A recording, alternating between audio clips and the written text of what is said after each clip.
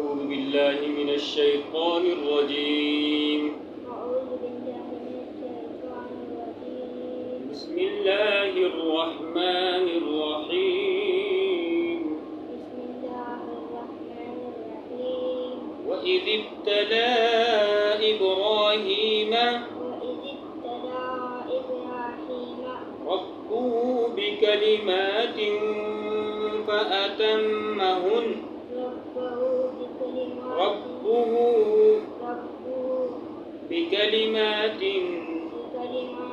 فأتمهن قال إني جاعلك للناس إماما قال ومن ذريتي قال لا ينال